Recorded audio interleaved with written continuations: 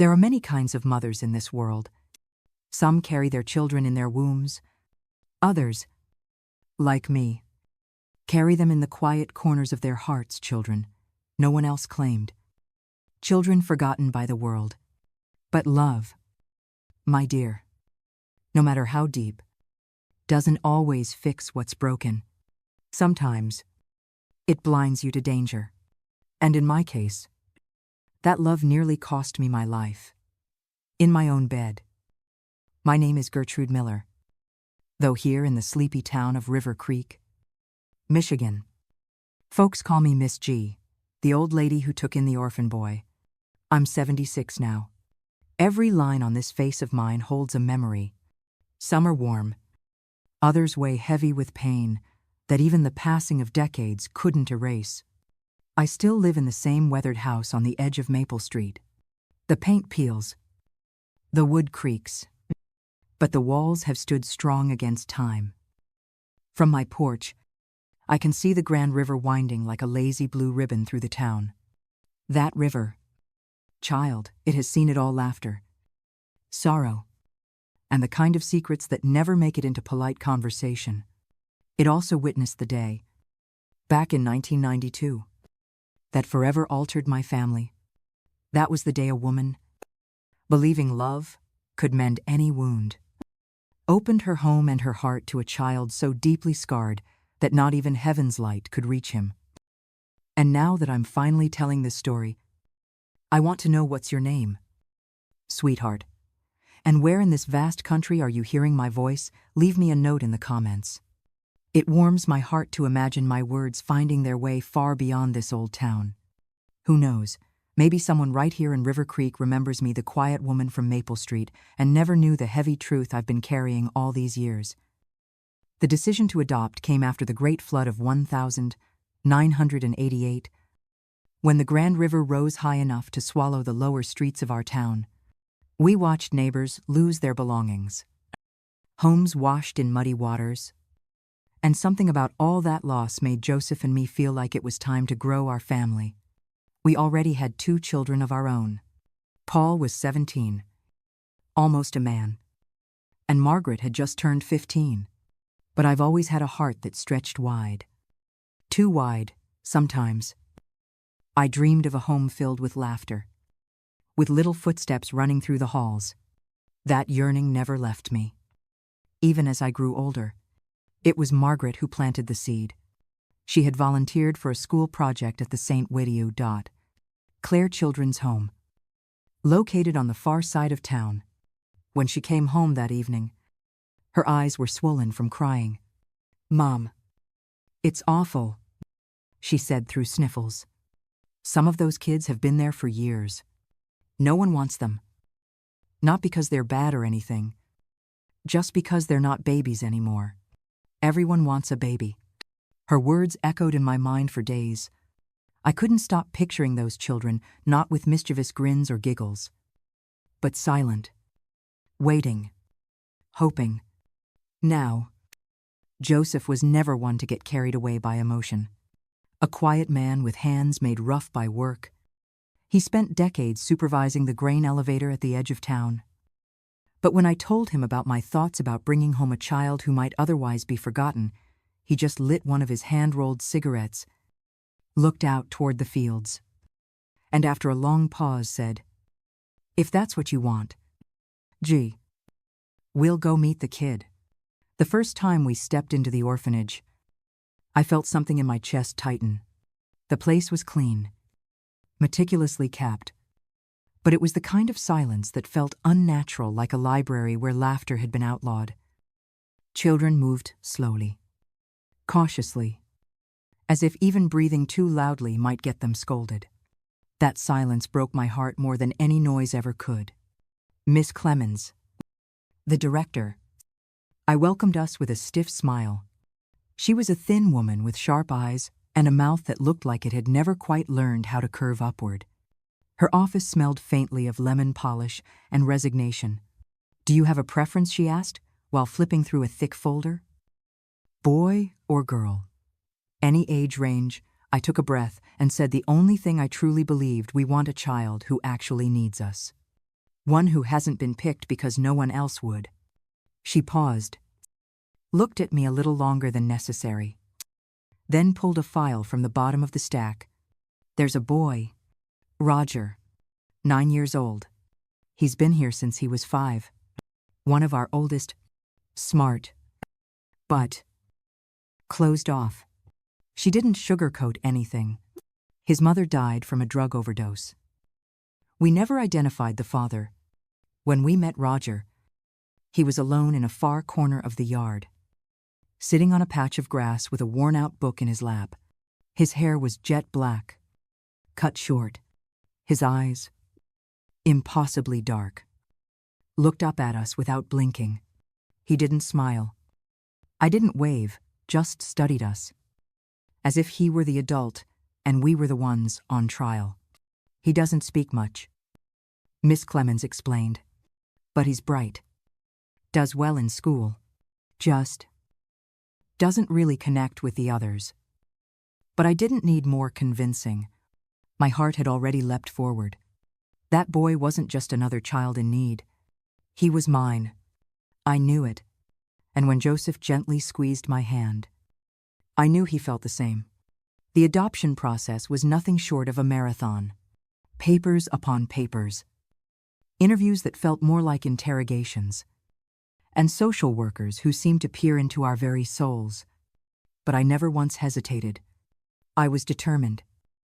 And after 4 months of patience, scrutiny, and endless forms, Roger came home with nothing but a small backpack to his name.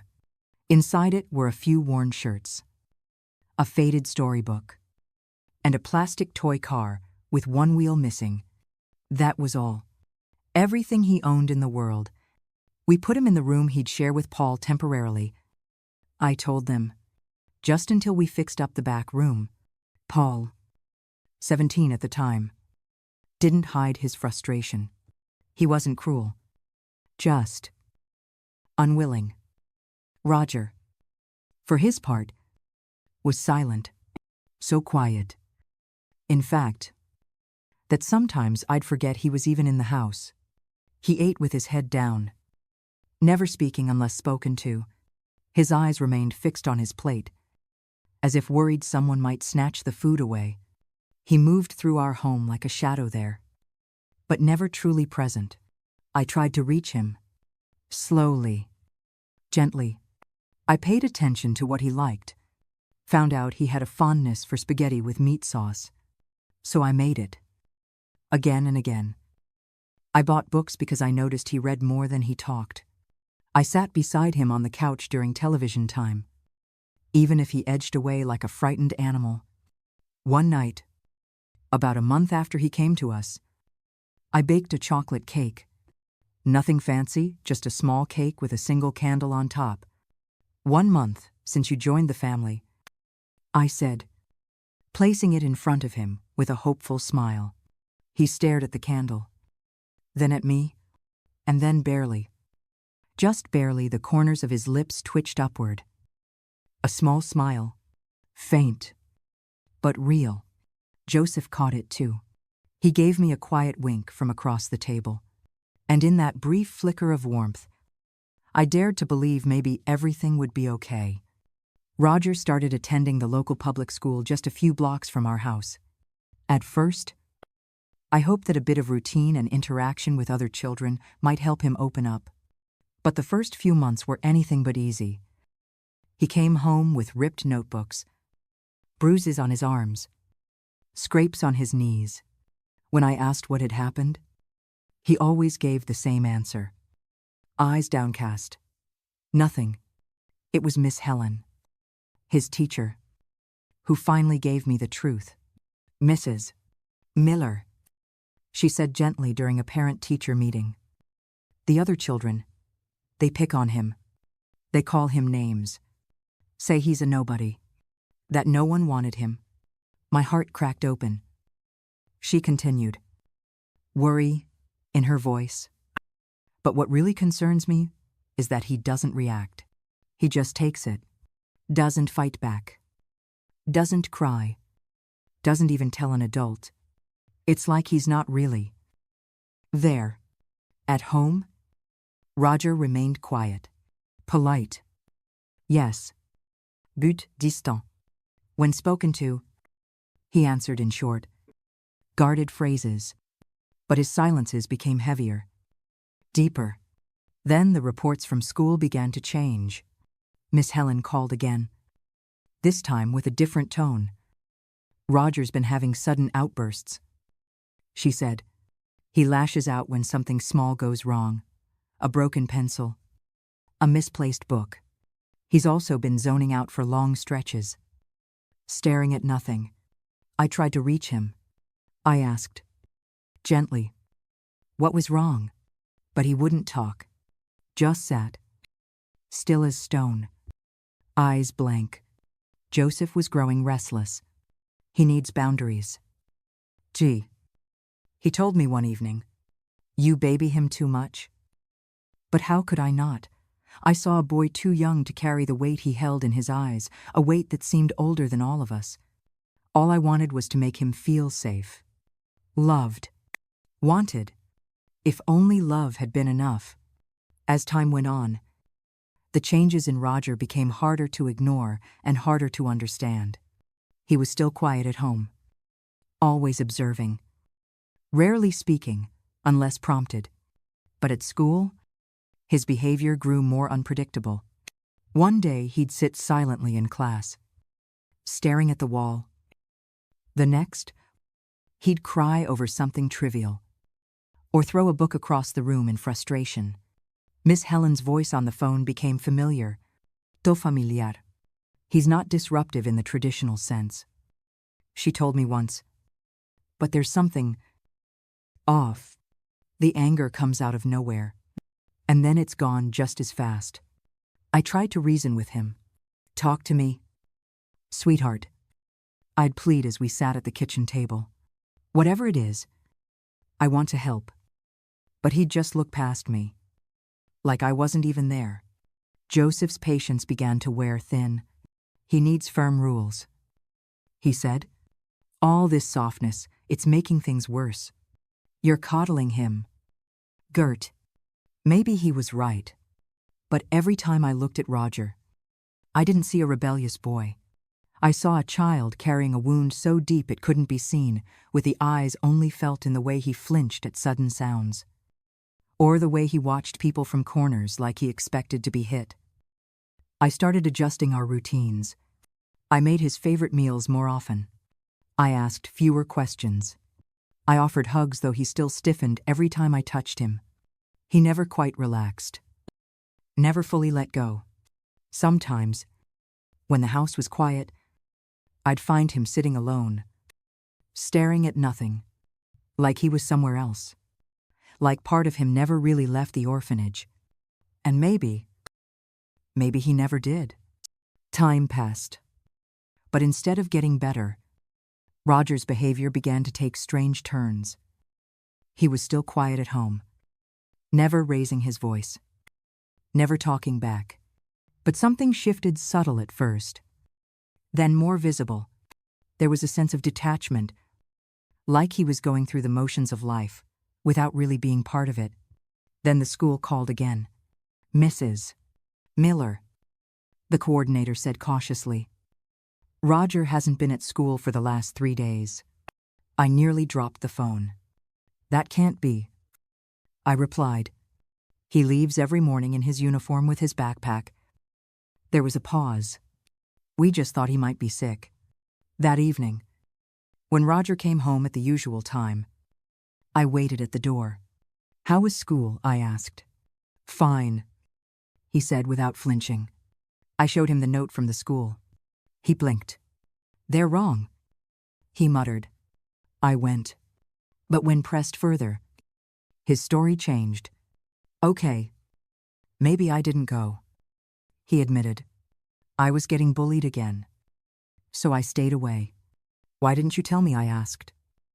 Voice trembling. We could have talked to the school. You wouldn't understand, he suddenly shouted, his voice cracking in anger. You always think people are good. They're not. You don't get it. Just then, Joseph walked through the door from work. He looked between the two of us. When I explained what had happened, his jaw clenched. "That's it," he said sharply. "This ends now." He took a step toward Roger.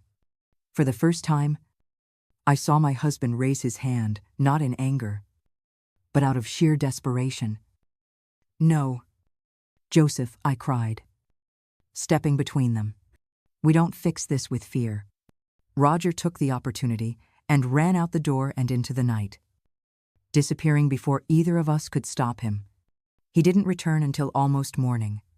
When Roger finally returned that morning, I was waiting in the living room, eyes burning from a sleepless night. He tried to slip in quietly, like a shadow sneaking through a crack.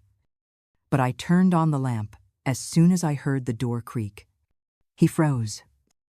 His clothes were filthy, covered in dirt, his face scratched. And his eyes? They looked like they belonged to someone else. Wild. Empty. "Where have you been?" I demanded, rushing toward him. "We've been worried sick." He avoided my gaze. "Just around. I needed some air." Later that day, while doing the laundry, I found a lighter and a half-empty pack of cigarettes in the pocket of his jeans. I collapsed into a chair and cried in silence. It felt like no matter how tightly I tried to hold on to him, Roger was slipping further and further away. Joseph, frustrated, began suggesting stricter rules. Take away the television. Cut his allowance. Ground him. I still tried to reach him through understanding.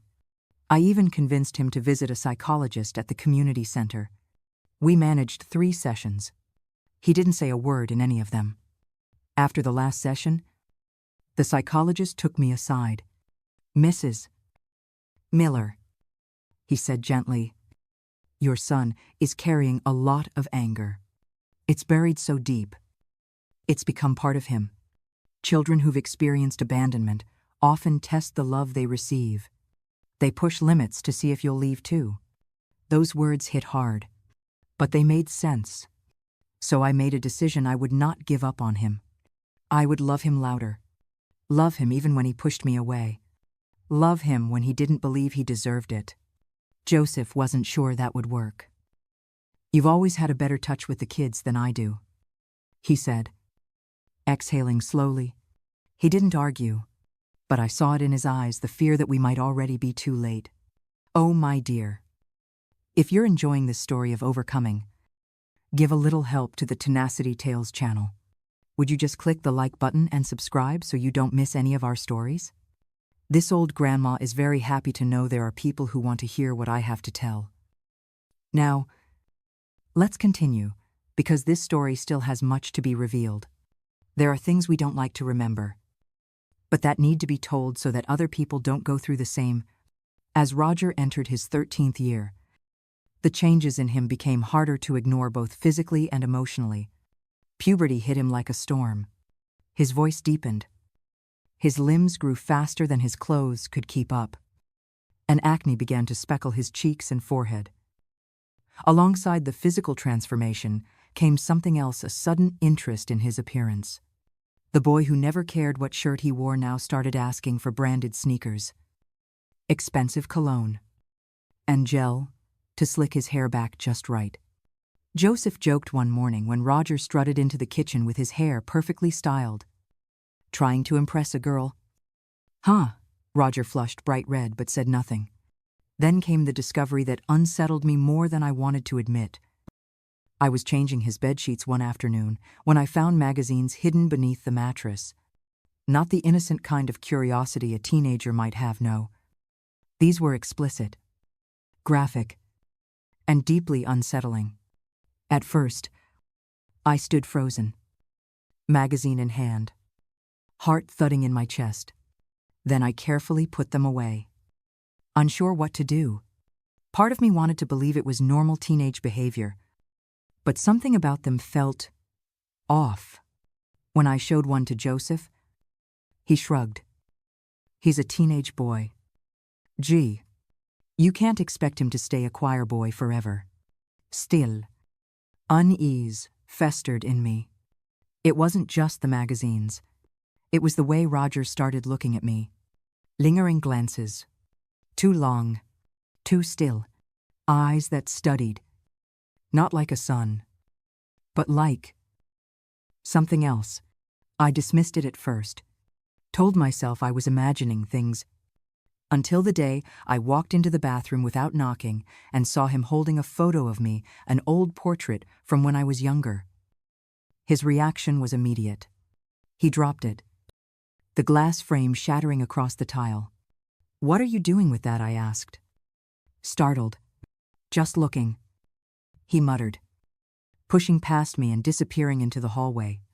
But the chill that crawled up my spine that day never left. After that day in the bathroom, I couldn't look at Roger the same way. I tried to convince myself it was just a moment of teenage confusion. Some passing curiosity. Nothing more. But deep down, I knew something had changed. Something in his gaze, in his silence, had crossed a line I didn't dare name. He was barely home anymore. At 14, Roger spent more time outside than within our walls.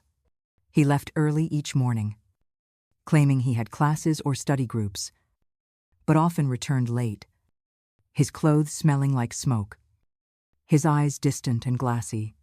Joseph and I argued almost every evening. I clung to hope. He clung to reality. "We can't keep pretending. Gertrude," he said one night, "the boy is slipping through our fingers. He's our son." I insisted. "We don't just give up on our children." Joseph's jaw clenched. "What more do you need to see to realize we're losing control then?" The money began to disappear. It started small, a missing $20 from Joseph's wallet. A few bills gone from the kitchen drawer. At first, we thought we had miscounted, forgotten what we'd spent. But then $100 vanished from the grocery envelope. And finally, one day, the pension money I was safekeeping for my sister-in-law, all $400 of it was gone from the locked bedroom drawer. That was when denial became impossible. I waited for Roger that afternoon. When he walked in, taller now, his posture casual, almost defiant, I asked him directly, "Did you take Aunt Clara's money?" He didn't blink, just shrugged. Walked to the fridge, opened a soda. "What if I did?" he said, voice flat. "What are you going to do?" For a moment, I stood there frozen, staring at the boy I had raised with my whole heart, and saw a stranger. That boy standing before me, he wasn't Roger. Or at least, not the Roger I had loved and raised with trembling hands and hopeful prayers. It was as if something had hijacked his body, twisted his smile into something cruel, transformed his voice into a blade. He looked at me with those eyes empty, hollow, but simmering with defiance. When I pleaded with him, he scoffed. "I was never your son," he said, each word colder than the last. "You made up that fantasy all by yourself." My heart shattered. There are no words to explain the pain of hearing a child deny the love you've poured into them. My legs wobbled. I had to hold the table to steady myself.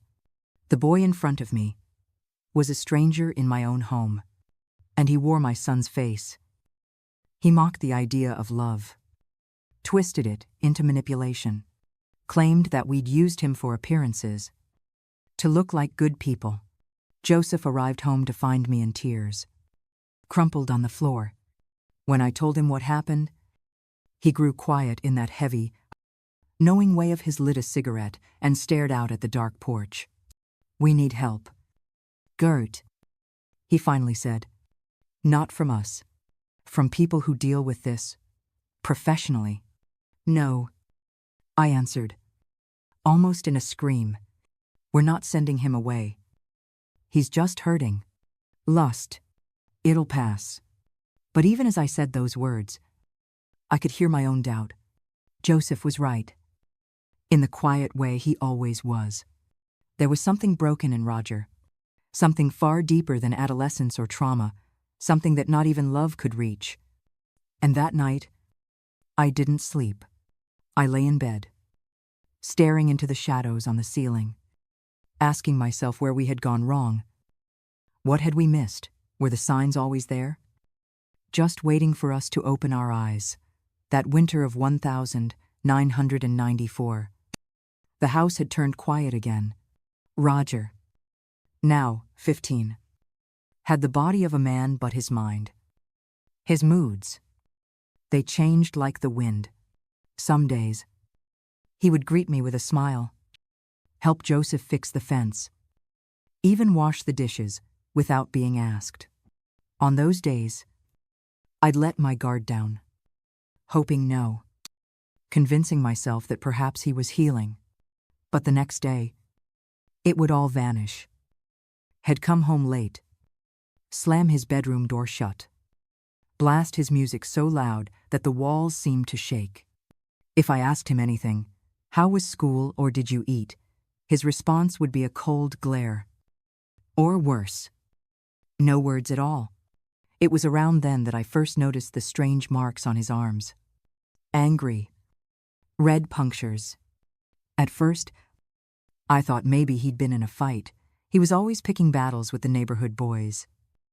But one afternoon, I walked into his room without knocking, just to leave some clean laundry. That's when I saw it. He was sitting on the edge of his bed, his sleeve rolled up, a needle in his hand. My heart stopped. Roger, I gasped. Frozen. He turned sharply, startled, his eyes wide and wild. Get out, he barked. I stumbled backward and ran to my room, trembling. My hands wouldn't stop shaking as I dialed Joseph at work. He's using, I whispered, barely able to speak. He's shooting something into his arm. Joseph came home immediately, face pale, jaw clenched. That night, we waited, hearts pounding, until Roger returned.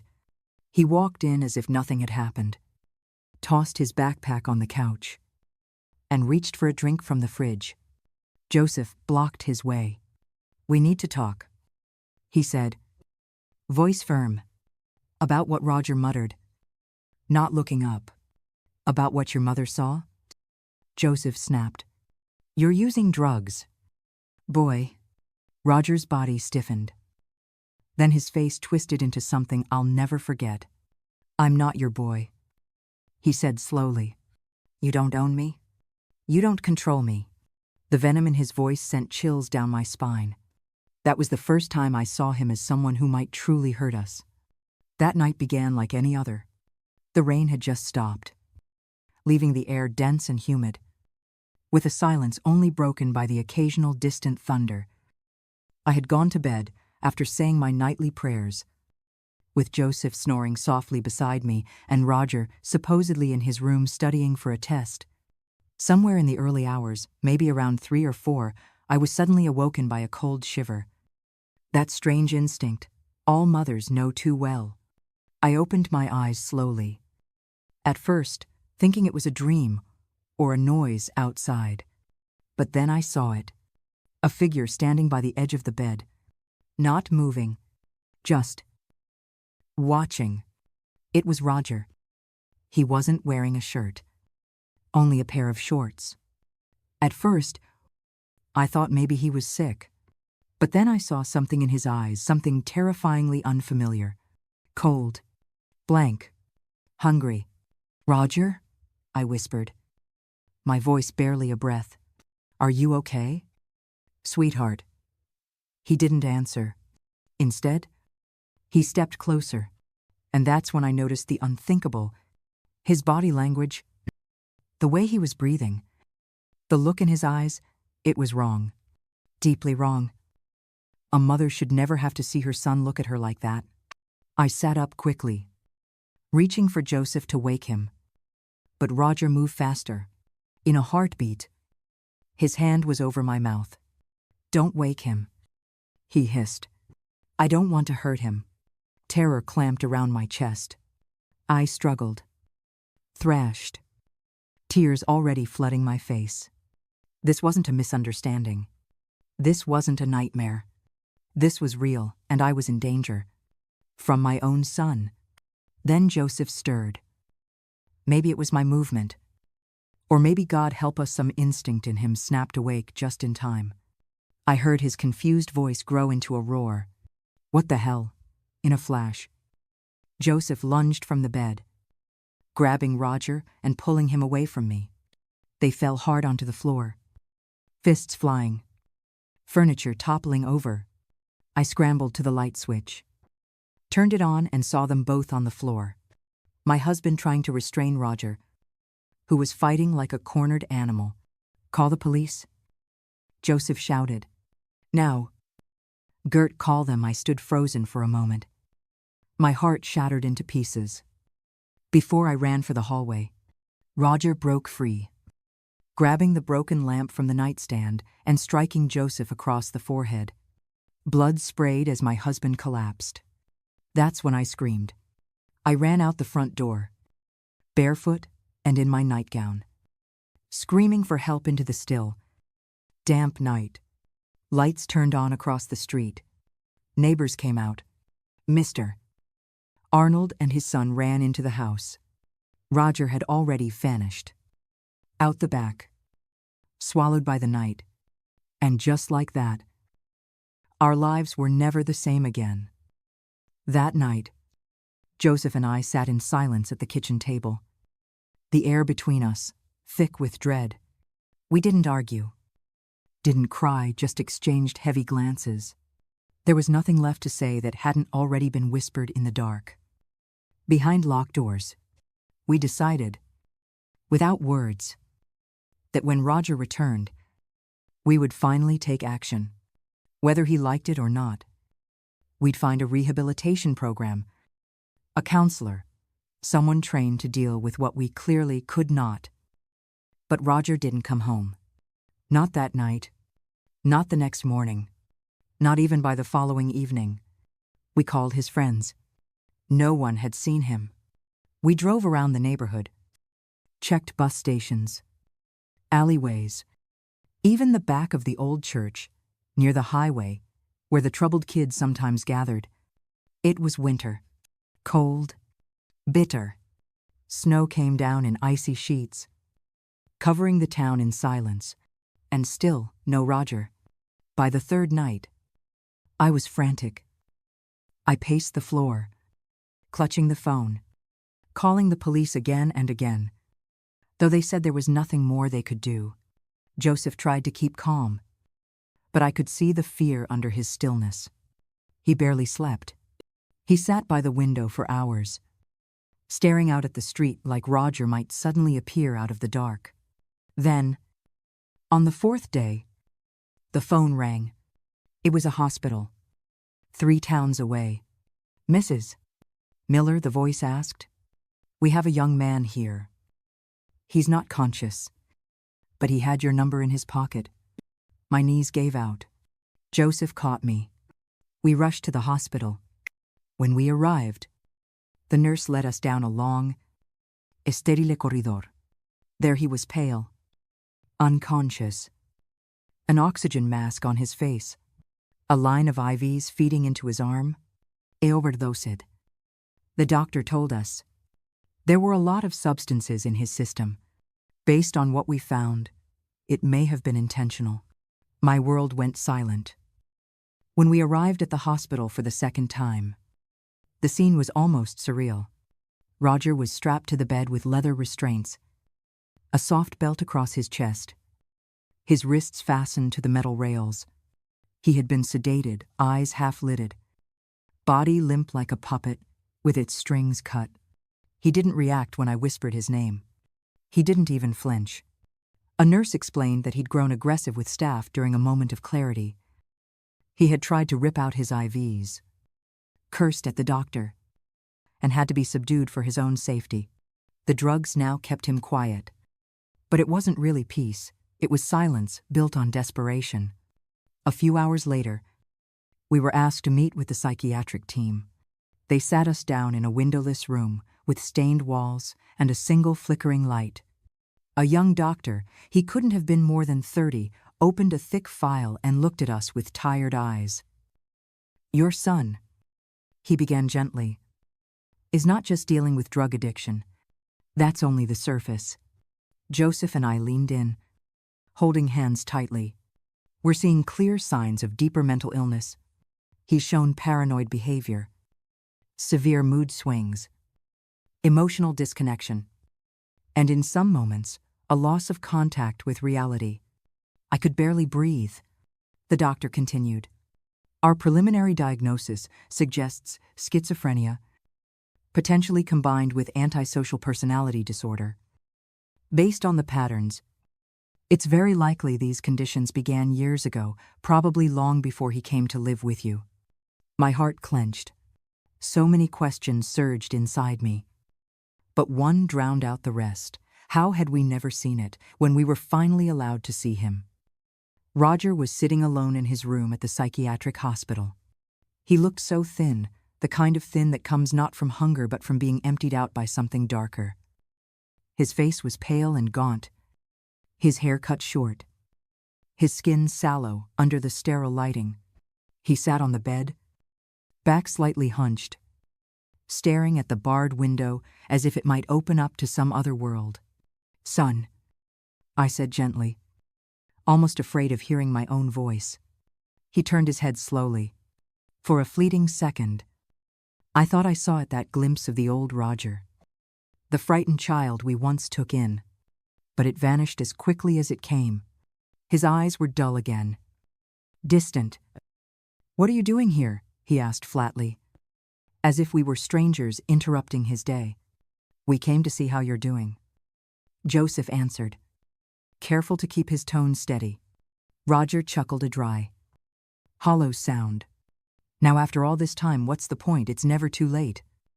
I said softly, "You're still our son." He didn't look at me.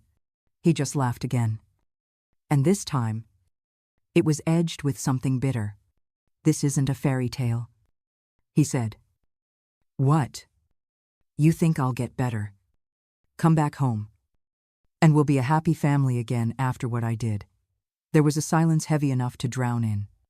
I wanted to reach for his hand, but I stopped halfway, because even though I was his mother, I didn't know who I was reaching for anymore. That visit turned out to be the last time we ever saw Roger. A few weeks later, the court ruled that he be transferred to a secure medical facility in Detroit, a custodial hospital for individuals with severe mental illness who had committed violent crimes. The verdict was clear: he would remain there for an indefinite period. Not a sentence with an end, but a state of being until he is deemed no longer a threat to himself or others. As the judge had put it, Joseph and I returned home in silence, carrying the weight of something that felt heavier than grief. We had lost our son not to death, but to something even more unreachable, a place beyond redemption, beyond return. Our house, once noisy with arguments and laughter, now felt hollow, a museum of memories we couldn't touch. Every chair, every photo frame, every mark on the floor seemed to whisper reminders of who he was and who he became. Occasionally, we received updates from social services. They kept us informed out of duty. I suppose notes on his condition, his responses to treatment, any changes in his behavior, but the language was always clinical. Cold. The patient is stable. The patient is responsive. Never Roger. In 2008, he was evaluated for potential release, but he suffered a violent relapse, attacked a staff member, and was returned to intensive treatment. Since then, there had been no further talk of release, and I knew, in my bones, that he would never truly be free, not from the institution, and not from the shadows living inside him. Joseph, my strong, steady husband, began to fall apart in ways I never imagined. The man who had always faced life with quiet resolve, who had weathered storms with firm hands and a steady gaze, to began to unravel thread by thread. At night, I would hear him pacing through the house. He'd check every lock, close every window, peek under beds as if he still expected something dark to be lurking there. He started drinking more, not in the way of someone looking for pleasure, but like a man trying to drown a memory too loud to ignore. After just a few sips, he would grow silent, his eyes clouded. Then, sometimes, he'd whisper, "I should have seen it coming. Gee, I should have protected you." It broke me to hear him say that, to watch this man I had leaned on all my life, now burdened with guilt that never belonged to him. He had fought with every ounce of strength he had. He had saved me. And yet, in his heart, he believed he had failed. We never spoke much about that night after Roger was taken away. Not in detail. The pain was too raw, too tangled. It lived in the silences, in the spaces between words. Our house became Keter, heavier, filled with a kind of grief that couldn't find words. Even the photos on the wall began to feel like ghosts. We avoided Roger's room for months. Then one day, Joseph walked in and sat on the bed. He looked around, as if searching for answers, and said quietly, "There were signs, and I missed them. We both had.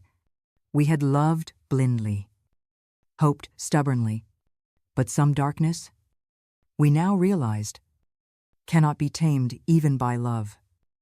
They had searched every corner of town before finding him, every alley, every abandoned house, even beneath the old bridge. The search itself had been its own kind of torment.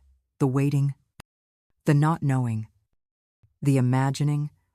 It was as if each second without news had carved a deeper wound in my chest. And when they found him drugged, collapsed in that broken-down building near the train station, a part of me had hoped for redemption, that maybe this would be the turning point. But hope can be cruel. After Roger was taken to the psychiatric hospital, Joseph and I returned to our house, but it no longer felt like home. It was the same place, the same furniture, the same rooms we had filled with memories, yet everything felt hollow, echoing, quiet in a way that hurt. I would sit for hours in the kitchen staring at the steam from my tea, unable to drink it. The silence in the house wasn't peaceful. It was heavy, filled with questions that had no answers. Could I have done more? Should I have seen it coming? Was there a moment I could have changed it all? Joseph buried himself in routine, fixing things that didn't need fixing, reading the same paper over and over. Meanwhile, I floated through the days like a ghost, doing what needed to be done, but never really present. It was like grief had turned our lives into a slow, suspended ache. We avoided Roger's room for weeks, then months. When I finally entered, the air felt thick with memory. His book still sat on the shelf. A shirt was folded neatly on the chair. The old toy car, the one he brought from the orphanage, rested quietly on the windowsill. Every corner whispered his name. But the stories they told were not happy ones. They were stories of silence, of blindness, of trying and failing, and above all, they were stories that ended the same in heartbreak. Joseph, my husband, passed away in 2003. It wasn't sudden. His health had been failing for a while, the weight of years, of stress, of silent grief pressing down on his body until it simply gave in. But even when you expect death, you're never truly ready for it. Not when it's the one person who shared the full shape of your sorrow. When he died, I felt something inside me go still, as if the world had lost its last tether. I had spent decades as a wife, a mother, a fighter. Now I was just still. The funeral was small, quiet. Friends from the church came. The priest spoke kindly. My children, our biological ones, flew in from out of state. They hugged me, held my hand, cried beside me, But there was a distance in their eyes I couldn't bridge. We had tried to shield them from the pain with Roger, but they had felt it too. They had watched the cracks form in our family, watched our smiles stiffen into performance. And though they loved us, they had grown tired of the quiet tragedy that lingered in our home like smoke. After the funeral, they stayed for a few days. We shared meals, told old stories, laughed politely, but it was clear their lives had moved on. They had jobs, partners, the children of their own cities, far away, where the shadow of our past couldn't quite reach them. And I, once again, was left alone in the house. Same couch, same walls, same silence. But now, even Joseph was gone. As for Roger, we still received news about him, mostly through letters from the state or brief phone calls from social workers. They came irregularly, once or twice a year. Maybe a typed note informing us of his condition, his transfers, or evaluations. Sometimes the updates were hopeful, saying he was stable, responding well to treatment. Other times, they were grim, recounting episodes of violence or regression. In 2008, I remember clearly, a letter came saying he was being considered for supervised release. My hands trembled as I read it, not out of fear but from a weight I couldn't describe. Could he really re-enter the world after everything? It didn't matter in the end. He relapsed within months. A violent outburst during a therapy session landed him back into high-security psychiatric care. And that was where he remained. The last update I received was 2 years ago. It said Roger was stable, medicated, participating in therapy groups, that he showed no signs of acute aggression. But even in that calm, there was a line that pierced my heart. He will never truly be free, not from this place, nor from what lives inside him. I sat on my porch that day for hours, holding the letter in my lap, watching the river run. I didn't visit him anymore, not when Joseph died. Not on his birthdays. Not even on Christmas. Some may judge me for this. Say I abandoned him when he needed me most. Maybe they're right. In some way. But the truth is, I simply couldn't. I couldn't sit in front of that boy, now a man, and not see the face of that night. The shadows in the room, the weight on my chest, the terror in my heart. Even now, so many years later, when I close my eyes, I can still feel his hand pressed against my mouth, still hear his whisper, still see Joseph's blood on the floor. Forgiving someone doesn't mean forgetting. It doesn't mean pretending nothing happened. I forgave him in my heart because I had to let go of the hatred, the bitterness, but I could never face him again. Not without reopening the wound that almost destroyed me. And yet, I still feel pain when I think of him. Even after all the horror, all the trauma. Not for the man he became, but for the boy he once was. That quiet child who came to us with a small backpack, eyes full of fear and hope. That boy was real, too. And I loved him with everything I had.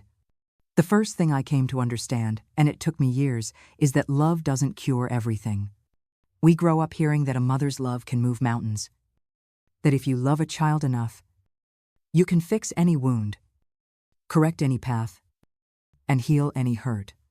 It's a beautiful idea, but it's not always true. I loved Roger deeply, truly with all the strength and tenderness a mother can give. I held him through his nightmares, or defended him when others judged him. Forgave him more times than I can count. I never stopped hoping. But some wounds go far deeper than love can reach. Some hearts are broken in ways that no embrace can mend. Some darknesses don't dissolve just because someone stands beside you. Love is necessary, essential. But it's not the cure. Some children need more than a warm home and open arms. They need therapy, medication, professionals who understand the tangled roots of trauma. And even then, There are no guarantees. Love is the light, but some storms are too thick for light alone. The second lesson life forced me to learn was about signs, those quiet, almost invisible warnings that something is not right. Looking back, I can trace them one by one. The way Roger avoided eye contact, how he isolated himself, the sudden bursts of anger over nothing, the things he took and hid, the lies, the silences. Then there were the cruel jokes, the odd stares, the violent games, the magazine I found under his bed, things that, taken alone, might seem like teenage behavior, but put together, they painted a picture I refused to see. At the time, I brushed them off. He's just going through a phase. All kids act up sometimes. I thought love would fix it. That with enough time and kindness, he'd come around. But what I didn't understand is that some behaviors are signals, alarms, even, and if you ignore them, they don't go away. They grow. I wish I had paid attention sooner. I wish I had asked for help before it was too late. Now I tell every parent I meet, learn the signs. Don't explain them away. Trust your instincts and listen to what the behavior is trying to tell you, even if it's painful. Because sometimes, those quiet warnings are the only chance we get to stop a tragedy before it begins. The third lesson, perhaps the hardest one, is this: never ignore your instinct. There's a voice inside us, quiet but persistent, that speaks when something isn't right. I heard that voice so many times with Roger, in the way he stared at me too long, in how he would follow me silently through the house, the strange disappearances of personal items, and then finding them in places they never belonged. Deep down, I knew something was off. I felt it in the pit of my stomach, but I kept pushing that feeling aside. I told myself I was imagining things. I blamed it on my overprotective nature or just plain stress. It was easier to believe everything was okay than to face the truth that the child I had loved and raised might be capable of something terrible. So I silenced the alarms. I swallowed my discomfort. I chose love over fear, belief over reality. And that, my dear, was a mistake. Instinct is a gift. It's not paranoia, not weakness. It's nature's warning system. It's the soul's way of keeping us safe. And if you don't listen to it, if you bury it beneath hope and denial, you may not see the danger until it's too late. If only I had listened to that quiet voice sooner, maybe things would have been different. Fourth, I learned that some people come into this world already carrying a crack deep inside. It's not always the parent's fault, not always the environment. Sometimes, something is simply broken at the core of a person's being. Yes, trauma makes it worse. Abuse leaves scars that never fade. But I've come to believe there are souls born into darkness. Not because they're evil, no child is born evil, but because their mind or heart doesn't fit the world the way it should. Roger was such a soul. I tried to fix it. I poured everything I had into him: affection, patience, forgiveness, belief. And for a while, it felt like I was healing him, like love really could conquer all. But that illusion eventually shattered. Because love is a balm, not a cure. It soothes, it comforts, but it cannot rebuild a foundation that was never solid. There are children who need more than love. They need doctors, therapy, medicine, and a kind of help no mother's arms can fully provide. And if we ignore that, if we insist on loving harder instead of acting wiser, we risk being swallowed by the very darkness we're trying to save them from. It took me too long to understand this, but now I know some lights, no matter how bright, cannot reach the shadows inside certain hearts. Finally, I understood that forgiveness doesn't mean forgetting, and it certainly doesn't mean trusting again. I forgave Roger in the only way I knew how, by letting go of hatred. I chose not to carry that poison inside me. Because if I had, it would have destroyed whatever was left of me. But forgiving someone doesn't mean erasing the past. It doesn't mean pretending nothing happened. And above all, it doesn't mean putting yourself or others in danger just to prove you're a good person. Forgiveness, real forgiveness, is for the one who gives it. It's a way to find peace. Not to excuse the unforgivable, I accepted that Roger was sick, that his actions, though horrifying, weren't entirely under his control. That helped me understand, but it didn't mean I could allow him back into our lives, into our home, into the safety of others. Because forgiving someone doesn't undo the damage they caused. It doesn't rebuild broken trust. And it doesn't erase fear. There are people who confuse forgiveness with blind acceptance, with martyrdom, but I've learned you can forgive from afar. You can release anger without allowing harm to return. And sometimes, the most loving thing you can do is to set boundaries. For yourself, for others, for everyone's safety. So, my dear listener, if you've come this far, thank you for staying with me through every word, every memory, even the ones I wish I could forget. What happened in my house over 30 years ago is something I wouldn't wish on anyone. And yet, I share it with you not for pity, but for prevention. If my pain, my story, my scars, can help one parent see the signs, ask for help earlier, or simply trust their instinct, then none of this was in vain. Here's what I want you to remember. Love is powerful, but not all powerful. Some wounds need more than love, they need expertise, structure, and professional help. Ignoring the truth never protects anyone, and no matter how deep the darkness, your voice, your actions, your choices still matter. Now, I ask you, have you ever had to let go of someone you loved for your own safety? Did you ever feel guilty for doing what was right? Share your thoughts in the comments. I'd love to hear from you. And if this story touched your heart even in a painful way, please click like to support this channel. Leave a comment so we know we're not alone in these truths.